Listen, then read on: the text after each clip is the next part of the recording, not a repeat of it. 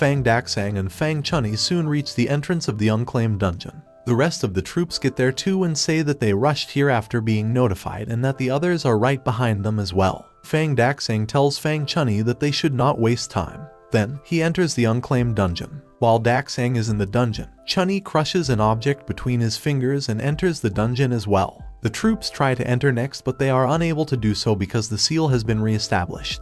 They wonder if they are playing into someone's hands. Fang Daxang and Fang Chunyi are soon in the Arctic permafrost. They also notice the footprints in front of them. Fang Daxang asks Chunyi where the others are. Chunyi turns around and asks if he should go take a look, but Fang Daxang says that they should just go ahead. When they get close to the entrance of the cave, Fang Daxang notices that the footprints become stacked here. So he tosses his blazer aside and tells Chunyi they should head in because they would definitely be inside. Fang Chunyi warns him to not act recklessly as there are criminals inside. He also says that he might end up startling the criminals by walking right into their base, after which they might end up killing Quan Shui. Fang Daxang tells him that he could not be more wrong about that, as he is not here to rescue Fang Quan Shui. He is just here to kill the criminals. Fang Chunyi finds it strange and wonders if Daxang does not care about Quan Shui's safety at all. Meanwhile, Tian and Sidu are still battling the assassins while Zhisheng hides behind a wall in the cave, thinking that he should escape soon as things are not looking good. Suddenly, one of them yells that Fang Daxang is here and asks everyone to retreat. So the assassins go back into hiding by turning themselves invisible.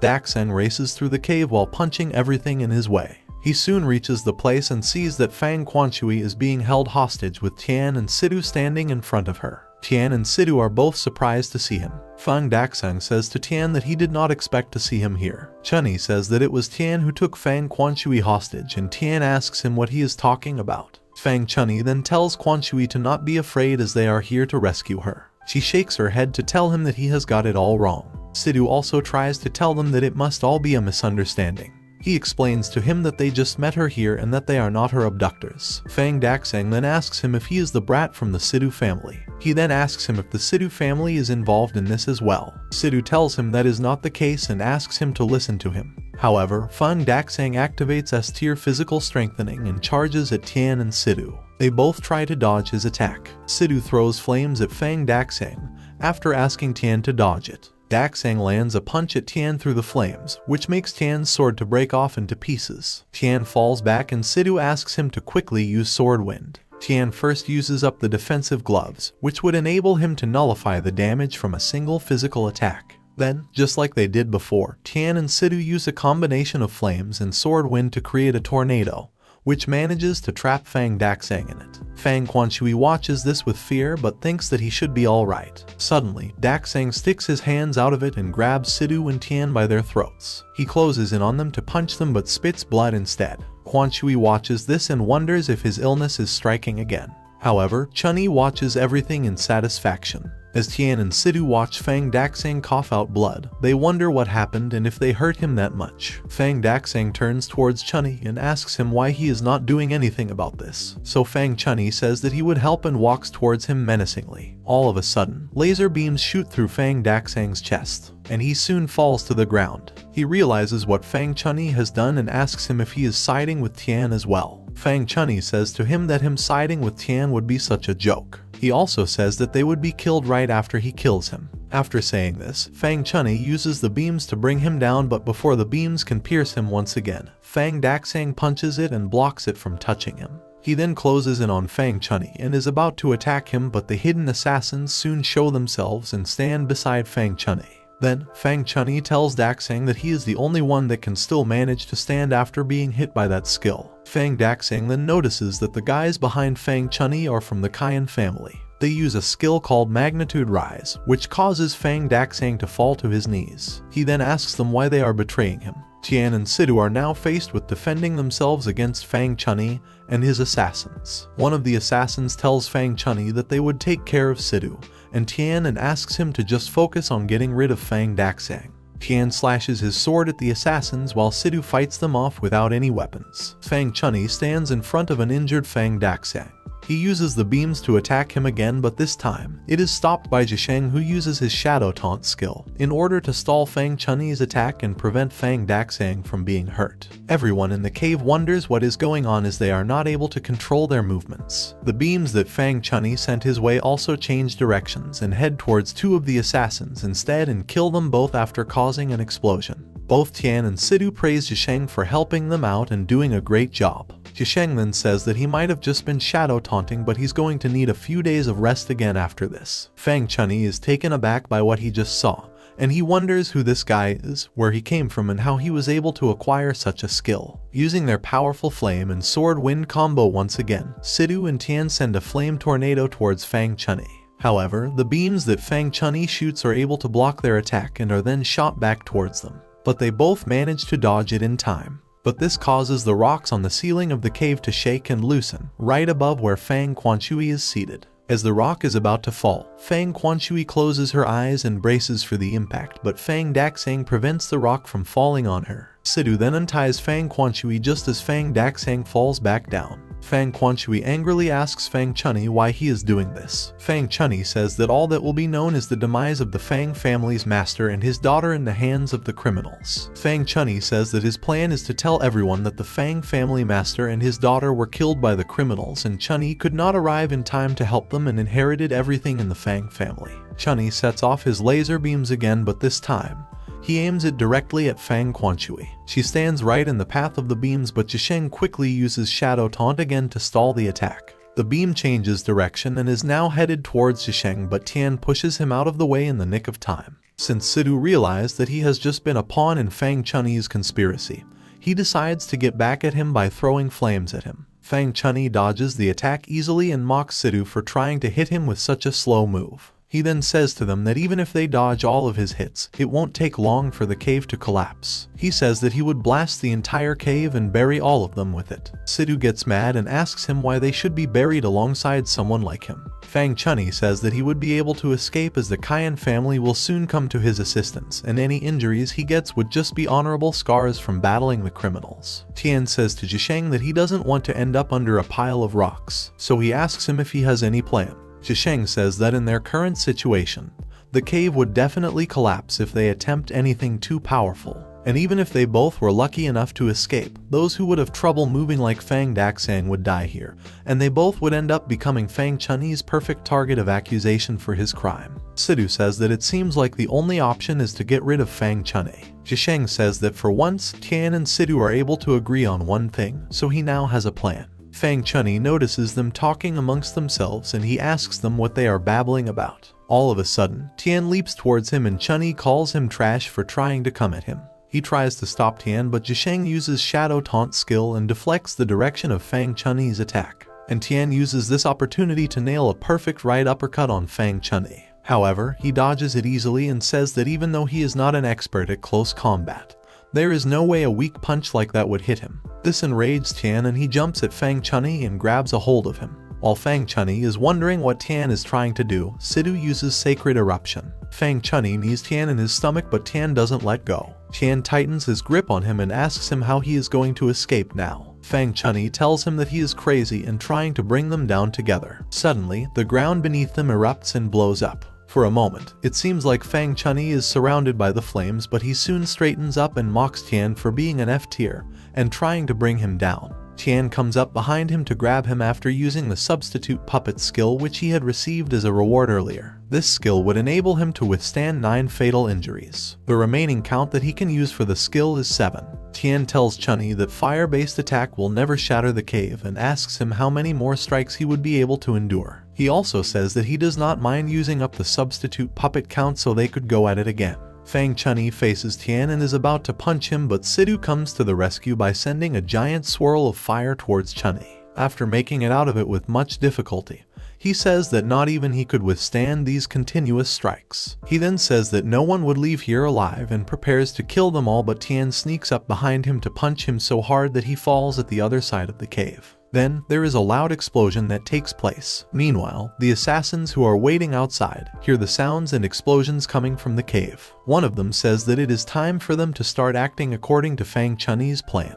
The other guy says to him that he would cancel the barrier and open the portal so that the Fang family can witness heroic scenes of Fang Chunyi putting himself in danger to rescue the Fang family's head and his daughter. So, soon enough, the seal has been removed and the Fang family members rush to rescue Fang Daxang, Fang Chunyi, and Fang Quanshui. One of the assassins points them in the direction of the smoke. Underneath the rubble and rock lies Fang Chunyi. He gets up thinking that he could now tell everyone that he got to the scene late and inherit everything from the Fang family. Soon, Tian comes out of the debris too, after using up Substitute Puppet again, which would not only help him recover but also increase his speed for 5 minutes. And Sidu soon follows as well. He wonders how Tian is able to stand up after blocking the hit for him. Fang Chunyi is angry that Tian is still alive and holds out his hand to launch another attack, but Tian is already on the move, ready to fight him. Fang Chunyi tries to get Tian again, but he dodges every one of the light beams. Fang Chunyi is taken aback by Tian's sudden speed.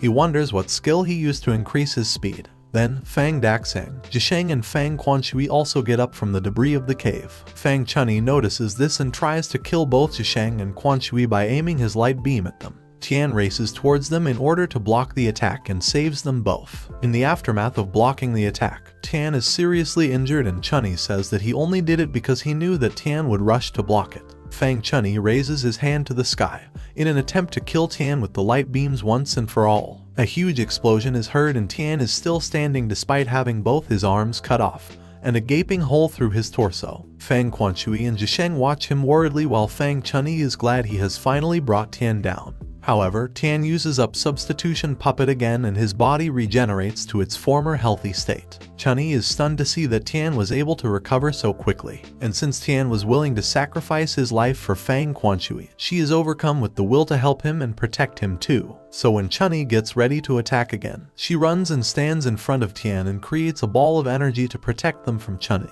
Fang Daxang says that Fang Quanshui's MP blessed her with her remaining energy right before she died, so it could protect her from any external force. Daxang then tells Tian to focus on defeating Fang Chunyi now as Fang Quanshui is protected. He also tells Tian that even though Fang Chunyi's light beams may be extremely lethal, his physique is only in a tier, and he would not dare to use his powers in close-range fights unless he wants to hurt himself as well. After hearing this, Tian closes in on Fang Chunyi to deliver the best punch possible, but Chunyi immediately grabs his fist and says that he is not just a B+ tier hunter but he is actually an S tier. But before he can finish his sentence, Tian punches him square in the face. Fang Chunyi struggles to get up and says that Tian's punches have incredible power, and that he is way beyond S tier. Tian is about to punch him again, but he is interrupted by the Fang family security crew who say that Fang Chunyi must be protected. Fang Quanshui immediately stops them and says that they are all mistaken. She explains to them that Fang Chunyi ganged up against her and Fang Daxang with the assassins, and it was Tian who saved them. At the same moment, the assassin shows up and holds Fang Chunyi, who is limping and unable to walk. They head to leave through a portal nearby. Fang Daxang tries to stop them, but they have already exited the dungeon. Tian pulls out the item that he received for defeating the tortoise earlier, and decides to drink it in order to recover, mainly because he does not want the side effects of the substitution puppet to come back to bite him. Lan Ziyu reaches the cave of the dungeon and apologizes for being late. She then asks Fang Quanshui if she is doing alright. Fang Quanshui tells her that she is fine. She then asks Tian how he is feeling, to which he replies that he is as good as ever. Lan Ziyu is angry upon seeing this and thinks to herself what kind of psychedelic soup Tian has fed Fang Quanshui. One of the security forces soon tells Lan Ziyu to activate the portal as everyone is ready to leave the dungeon. So she says okay, and once the portal is opened, everyone exits through it. Fang Daxang is in the hospital, recovering from his injuries. Fang Quanshui asks the mage and the doctor how Fang Daxang is doing. The mage says that in order for Fang Daxang to make it out, he would have to make a rule-breaking decision. The doctor says that Fang Daxang is seriously injured and also tells her to not trust the mage as he is a scammer. The mage angrily tells him that he is a clueless brat for daring to slander and mock his ancestral hyper-spiritual remedy. Fang Quanshui tells them both to stop arguing. Lan Ziyu keeps a close eye on Zhisheng, Tian, and Sidu. Zhisheng tells her that they are all unrelated to this incident and asks her to let them go. Lan Ziyu apologizes to them and says that even though she trusts their innocence. Everything would be up to Fang Daxang and his decision once he regains consciousness. To this, Sidu says that it is absolutely nuts. Tian then notices that YY is there as well and asks what she is doing here. So she tells him that they accused him of abducting Fang Quanshui and other things of that sort and dragged her here to question her. Tian gets angry thinking that it is all because of Fang Chunni and his plan. YY then offers to help Fang Daxang recover, and Tian thinks that she will not be able to hide her secret identity as a hunter any longer. She raises her hands and places them above him, and within moments, Fang Daxang opens his eyes. Sidu tells her that it is an impressive healing skill. Fang Daxang then orders Lan Ziyu to gather every member of the Fang family for a conference the next day as he has an important announcement to make. She then asks him what she should do about Tian and the others. So Fang Daxang says to Tian that he really appreciates all his help and that the Fang family is indebted to him, Sidu and Jisheng for their help. He then tells them that he just wants to speak to Tian and Fang Quanshui and asks the others to leave. Later that day, all the members of the Fan family are gathered for a meeting that is being addressed by Fang Daxang. He tells them that a lot has happened to the Fang family in recent times and that he believes that everyone has heard the news about Fang Chunni as well. The Fang family members in the crowd are appalled that what they heard is actually true, and that Fang Chunni is really a traitor. A person in the crowd even says that Fang Chunni has been his eyesore for a long time. Also in the crowd and listening to all of this is a girl, Sister Hu. Earlier, she had asked Fang Chunni if he really likes Fang Quanshui. He had told her that all Fang Daxang thinks of is to pass on the position of family head onto Fang Quanshui, and pleasing her is only part of his plot to snatch her position. He also tells her that the one he loves truly is none other than her. After hearing whatever was said, she angrily thinks that this must have been Tian and Fang Quanshui's work. Fang Daxang then says that it would be troublesome for him to manage every affair now that he has been injured by Fang Chunni. So he says that he would like to take this opportunity to announce that Fang Quanshui would be the new head of the family. The rest of the Fang family members are all for it as they say that Fang Quanshui is the best candidate, and that they would support her. Fang Daxang also says that Yin Yangshan has been appointed as the chief assistant in accordance with Fang Quanshui's wish. Hearing this, the Fang family members are confused. Some say that he is just an F-tier, while others ask if he has what it takes to be Fang Quanshui's assistant. Sister Hu, who is an A-tier hunter, speaks up and says that she is against Tian being Fang Quanshui's assistant. Jisheng tells her that they make a great couple and that she should not oppose it. So she asks him how a mere F-tier hunter like Tian can rank above them and become the chief assistant too. Listening to her, the rest of the members start to protest too. They say that Fang Quanshui has just appointed Tian out of favoritism, and then ask her if they forgot that they walked through fire and did so much for the Fang family. A few others say that Tian is just a useless nobody, and that he would achieve nothing if at all Fang Quanshui had not favored him. Sister Hu yells at Fang Quanshui and says that the Fang family has made it a custom to treat individuals by their strength. Fang Quanshui tells that she is right, and that is the reason why a lot of the brilliant hunters here are willing to serve the Fang family. The members in the crowd say that is right. Suddenly, Xiao Liang jumps and kicks high and closes in on Tian. Sister Hu thinks that even though Xiao Liang might just be a B-tier hunter, his boasted spinning kick, buffed by the special item called Blue Chelsea, is just as strong as an S-tier strike. Tian sees him getting closer to him, and so he decides to give him a taste of his own punches and kicks. After beating him up hard, Tian asks him why a skinny guy like him is wearing such big shoes. He tells him that it is very absurd to look at. When Xiao Liang falls, he falls so hard that it leaves cracks on the ground. Meanwhile, the crowd is beyond confused. They have no idea what just happened as they could not even see anything. They are all amazed by Tian's strength. Fang Quanshui notices that Tian just used the same skill set that he used in the dungeon while he was battling Fang Chunni. Fang Quanshui then asks the crowd if anyone else wants to oppose her decision and challenge Tian. This time the crowd says that they think Tian is the most reliable candidate. Sister Hu gets angry that Tian injured her disciple and says to Tian that she would not let him go easily. Tian asks her if he is really her disciple, feeling puzzled. She then puts her on robotic gloves and says that Tian's spotlight would now come to an end. She also says that she will show him how strong she is. But before she can do anything, she is stopped by a guy who says that they would be at a disadvantage if they battle Tian recklessly whilst his true strength is still a mystery. So he says that it is better to call for Brother Dao's help. Sister Hu grudgingly agrees to it. and before they leave, Tian tells her to ask her disciple to change his shoes. The other guy says to him that they were careless and apologizes for it before they leave. But unknown to Tian and the others, they leave behind a tracker to monitor them and listen in on their discussions. With that, the conference ends in chaos. Fang Quanshui and Yin Yangshan's appointments are basically done and dusted. Tian sits in annoyance as he can't help thinking about that guy's extra-large sneakers. Fang Quanshui and Zhisheng enter the room. Tian asks them what they are here for and Fang Quanshui says that he really worked hard today. Tian says that it was nothing and that he would always do his best like he promised them.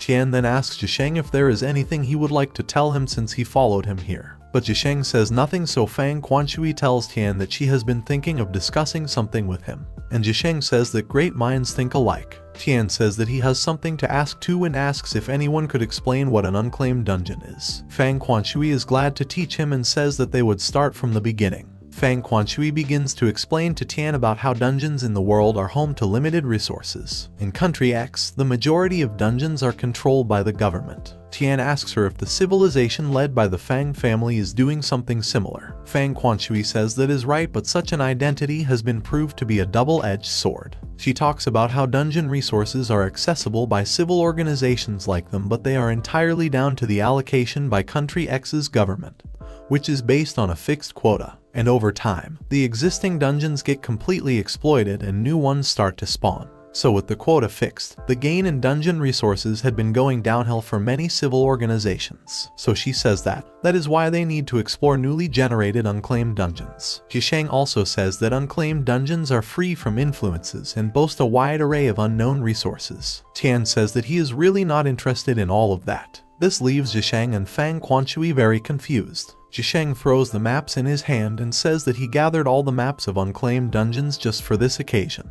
Tian kicks him away and tells him not to get any snot on him. He then takes a look at one of Zhisheng's maps and asks him what this mess is. So he explains to him that their predecessors planned ahead as they explored. Tian takes another look at it and Zhisheng asks him if he would not like to excavate his own superior path. Hearing this, Tian gets very excited and says they would start from the most disorganized one. He says that he would first go straight west and clear every single dungeon in the west part. Zhisheng cheers excitedly too. The tiny bug that was left behind by Sister Hu and the guys gets closer to Fang Quanshui while she does not notice. Sister Hu is informed that the infiltration is complete and that Tian is going to explore the western unclaimed dungeons. She says that is great and that Brother Dao is very familiar with the western region. So they go to Brother Dao and let him know that they would be relying on him to reach Tian a lesson. To this, Dao replies that they do not have to worry about it. Brother Dao is an S-tier hunter, sword dancer. He picks up an item and says that Tian will not have it easy.